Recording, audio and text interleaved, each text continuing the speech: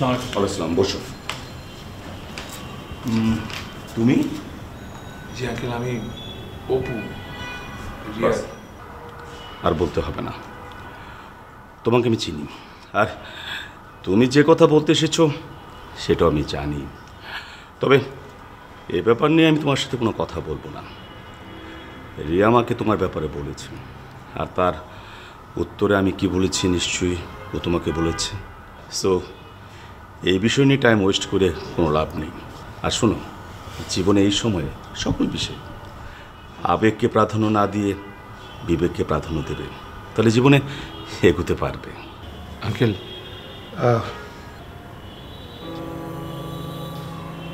আমি জানি আপনি কেমনটা ভাবছেন, কিন্তু আমি সত্যি রিয়াকে অনেক ভালোবাসি।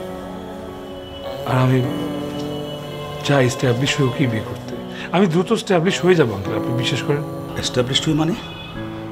তোমার তো গ্র্যাজুয়েশনই কমপ্লিট হয়নি, সেটা হতে তো আরো 2 বছর বাকি। তারপর চাকরি খুঁজবে, আর চাকরি পাওয়ার নিশ্চয়তা তো তেমন নেই। আর চাকরি পেলে স্যালারি কত পাবে? আচ্ছা, তুমি কি জানো রিয়ার সাথে যার বিয়ে ঠিক হয়েছে তার পজিশন আর ইনকাম কত? তাহলে প্রস্তাব নিয়ে তুমি এখানে আসতে না। শোনো, তুমি আর কোনোদিন এখানে আসবে না।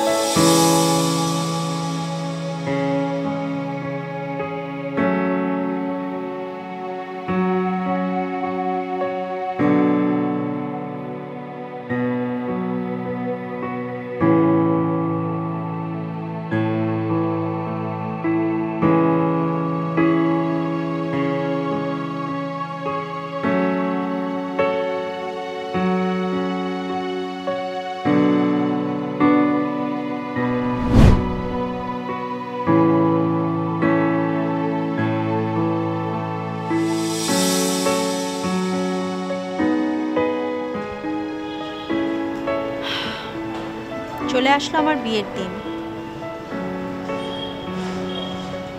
অপু আমার সাথে দেখা করতে আসলো। বাড়ি ভর্তি মেহমান।